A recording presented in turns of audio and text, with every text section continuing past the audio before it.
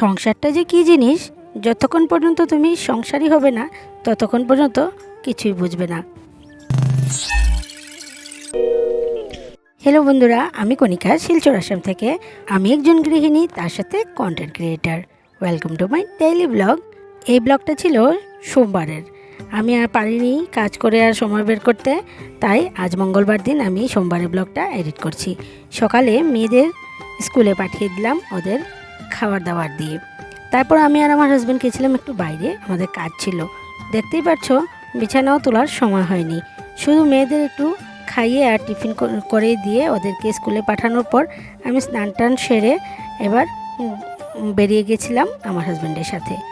এসে আমার হাজব্যান্ড গেছিলো স্নান টান করতে, আর আমাকে বলেছিল তুমি ড্রেসটা চেঞ্জ করবে না, আমরা আবার একটু বেরোবো, একটু কাজ আছে। আর আমি ভাবলাম যে যতক্ষণ পর্যন্ত আমার হাজব্যান্ডের স্নান টান না শেষ হয় আমি ততক্ষণ পর্যন্ত কিছুটা কাজ গুছিয়ে ফেলি, কারণ এই কাজগুলো তো আমারই করতে হবে।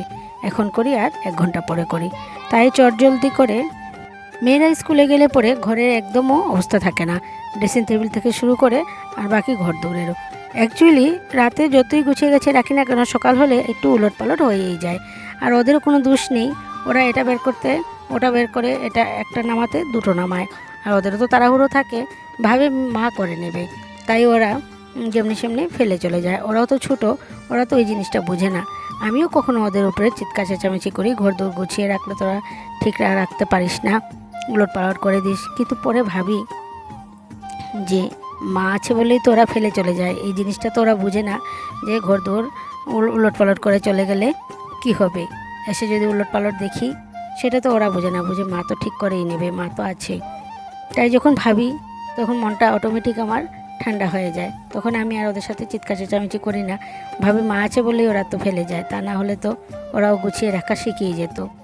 যাই হোক, এবার আমার হাজব্যান্ড বলছে যে আমি এখন আর বেরোতে পারবো না, তা না হলে অফিসের জন্য দেরি হয়ে যাবে, তুমি ড্রেসটা চেঞ্জ করলে চেঞ্জ করে নিতে পারো। আর তারপর আমি লেগে গেলাম সংসারের বাকি কাজকর্মগুলোতে। ভাবছি আজকে কি রান্না করব, সেই রান্নার চিন্তাই না, একদমও কখনো কখনো হাঁপিয়ে উঠি। সংসার করাটা এত সোজা না, সবচেয়ে কঠিন তো রান্না করে খাওয়ানো, কারণ এমন কিছু রান্না করতে হবে যেটা স্বাস্থ্যসম্মত হয় আর সবার পছন্দও হয়। এটাই সবচেয়ে বড় চিন্তা, যে কি রান্না করব। এদিকে কাঁচকলাগুলোকে স্লাইস করে কেটে আমি নুন জলে ভিজিয়ে রেখে দিলাম। আর আজ তো করব মিক্সড ডাল, তোমরা দেখলেই আমি একটু ভিজিয়ে রেখে দিয়েছিলাম। এবার ফোড়ন দিয়ে দিলাম একটু আদা, শুকনো লঙ্কা, সাদা জিরে, কালো জিরে। মিক্সড ডালটা খেতে না খুব ভালো লাগে, কিন্তু এটা রান্না করতে একটু ঝামেলা। কিন্তু মাঝে মধ্যে তো এই পরিশ্রমের কথা চিন্তা করলে হবে না, ভালো ভালো খাবার খেতে হলে তো একটু পরিশ্রম করতেই হবে। গাজর আর বিনসটাকে আমি একটু সাঁতলে নিচ্ছি, একটু হাফ ভাজা ভাজা হয়ে গেলে এবার আমি দিয়ে দেবো এটাতে ডালটা, যে ডালটা আমি আগেই প্রেসার কুকারে সেদ্ধ করে নিয়েছিলাম। তার মধ্যে দিয়ে দিলাম একটু জিরে গুঁড়ো, ঘি, একটু চিনি। ডালটা এত ভালো হয়েছিল না খেতে, সত্যি না খেলে বোঝা যাবে না। আর প্রায় সময় তো নিরামিষ আইটেমে বাড়িতে গেলে বা নেমন্তন্ন খেতে গেলে এই ডালটাই দিয়ে থাকে ওরা, ভালোই লাগে খেতে। তাই আজ ভাবলাম ঘরে এই ডালটাই করে নিই। আর ডাল আমি শুনেছি যে এক ধরনের ডাল না খেয়ে 2-3টা ডাল মিক্স করে খেলে নাকি বেশি স্বাস্থ্যসম্মত খাবার দাবার হয়। আর আমার মেয়েরা তো যেহেতু ছোটো থেকে বড় হচ্ছে, ওদের একটু স্বাস্থ্যসম্মত খাবার খাওয়ানোর প্রয়োজন। তাই আজ ভাবলাম যে না, অনেক দিন থেকেই ভাবছিলাম যে ডালগুলোকে মিক্স করে রেখে দেবো আর সেখান থেকে রান্নাবান্না করব। নিরামিষ দিনে না, খালি শুধু কাঁচা মুগ ডাল বা মুগ ডালটা শুধু শুধু ভালো লাগে না খেতে। আমার তো এখন কয়েকদিন থেকে আর মুগ ডাল খেতে ইচ্ছে করছে না।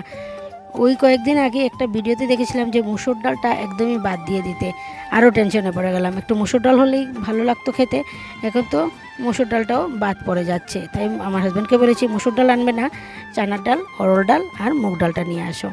এদিকে কাঁচকলাটাও আমি সিটি দিয়ে নিয়েছিলাম, আর এবার মশলা মেখে আর এটা আলুটাকে সাঁতলে নিলাম সাদা জিরে ফোড়ন দিয়ে। আর এদিকে কাঁচকলার কোপ্তাটার জন্য আমি একটু মশলা রেডি করে রাখলাম, ধনে গুঁড়ো, জিরে গুঁড়ো, শুকনো লঙ্কার গুঁড়ো, কাঁচা লঙ্কা পেস্ট, হলুদ গুঁড়ো। আলুটা সাঁতলানোর পর এমনিতেই এটা তো আগে আমি প্রেসার কুকার সিটি দিয়ে নিয়েছিলাম, তাই আলুটা সেদ্ধ করা আগেরই আছে। তারপর ফুটে আসার পর আমি এটাতে দিয়ে দিলাম কোপ্তাগুলো, দেখতেই পাচ্ছ। একটু ঘি দিয়ে দিলাম, একটু চিনি দিয়ে দিলাম, আর 2-3টে এলাচ থেতো করে দিয়ে দিলাম। আজ গরম মশলাটা দিলাম না, কারণ গরম মশলা গুঁড়ো করে রেখেছিলাম, সেই গুঁড়োটা শেষ হয়ে গেছে। সবজি মশলাও 2-1 দিন আমি রান্না করেছি, সেটাও শেষ হয়ে গেছে। তাই জলদির মধ্যে কী দেবো, তাই দিয়ে দিলাম এলাচ 2-3টে থেতো করে। আমার মেয়েরা আবার এলাচ থেতো করার গন্ধটা খুব ভালোবাসে। করেছি, ভাজা তো করতেই হবে, তাই পটল ভাজা আর এদিকে কাঁচকলার পকোড়া এইগুলো সবগুলো করে নিচ্ছি। আর কাঁঠাল বিচিও আমি সেদ্ধ করে রেখে দিয়েছিলাম, কিন্তু ভাবলাম ভাজার আইটেমটা বেশি হয়ে যাবে, তাই সেটা রাতে করে নেব। সেদ্ধ করে রেখে আমি রেখে দিয়েছি রাতের জন্য। রাতে সামান্য একটু তেল দিয়ে ভাজা করে নিলে হয়ে যাবে। আর এদিকে দেখতে পাচ্ছ কলার পকোড়াটা এত ক্রিস্পি হয়েছিল, ভালোই হয়েছিল খেতে। আজকাল তো আবার বিভিন্ন ধরনের সবজি আছে, অনেক রোগেই সেগুলো বারণ, যেমন মিষ্টি কুমড়ো, বাঁধাকপির পকোড়া, এগুলো মূলো, আমার হাজব্যান্ড খেতেই চায় না মূলো, অনেক কিছুই বারণ। আবার করলা ভাজা আমি মাঝে মধ্যে করি, কিন্তু আমার বড় মেয়ে আবার খেতে চায় না। এই সব কিছু মিলিয়ে অনেকটাই প্রবলেম হয়ে যায়, তাই ভাবলাম পটল ভাজা আর এটাই করে নিই। আর সকালে একটু পটল আর কাঁকরোল দিয়ে একটু ঝুরি ভাজা করেছিলাম, সেগুলো একটু নিয়ে নিলাম। আর এবার দুপুরে লাঞ্চটা করে নিচ্ছি। মেয়েদের আসতে একটু দেরি হবে, আবার বিকেলে ওদের এক্সট্রা ক্লাসের জন্য আমাকে বেরোতে হবে, তাই ভাবলাম রান্নাবান্নাগুলো যখন হয়ে গেছে তাহলে আমি লাঞ্চটা করে নিই, তাহলে একটু রেস্ট নিয়ে নিতে পারবো।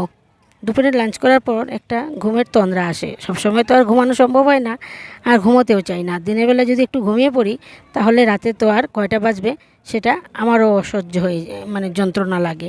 রাতে যদি বিছানায় গেলেই ঘুম না ধরে তাহলে খুব একটা প্রবলেমে পড়ে যাই। তখন ভাবি দিনের বেলা আর না ঘুমানোটাই ভালো।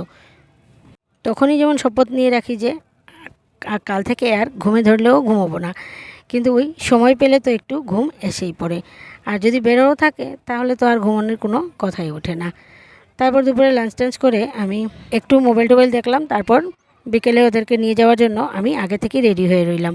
ওরা স্কুল থেকে আসার পর ওদের খাবার দাবার খাইয়েই বেরিয়ে গেলাম ওদের জন্য। তাহলে আজকের ভিডিওটা আর আমি বেশি বড় করছি না, এখানেই শেষ করছি। তোমরা সবাই সুস্থ থাকবে, ভালো থাকবে, স্বাস্থ্যসম্মত খাবারগুলোই খাবে। এই খাবার থেকেই আমাদের বিভিন্ন রোগের সৃষ্টি হয়। তোমরা অনেকে ভাবতে পারো আমি বড় বড় মাছের রান্না বা মাংস এই আইটেমগুলো কম করে থাকি। হ্যাঁ, সত্যি আমি কম করে থাকি, কারণ হলো গিয়ে ভালো খাবার খাওয়ার জন্য, স্বাস্থ্যসম্মত ভালো খাবার খাওয়ার জন্য, আর ভালো থাকার জন্য। যদি শরীর সুস্থ না থাকে তাহলে টাকা পয়সা, ধন সম্পত্তি কোনো কিছুই কাজে আসবে না, কোনো সুখই তোমাকে সুখ দিতে পারবে না যদি তোমার শরীরটা যদি ভালো না থাকে। তাই অনেক কম্প্রোমাইজ করে জীবনে চলি যাতে ভালো থাকা যায়। তাহলে আজকের মতন ভিডিওটা এখানেই শেষ করছি, ফিরে আসছি আবার নতুন একটা ব্লগ নিয়ে। ততক্ষণ পর্যন্ত টাটা, বাই বাই।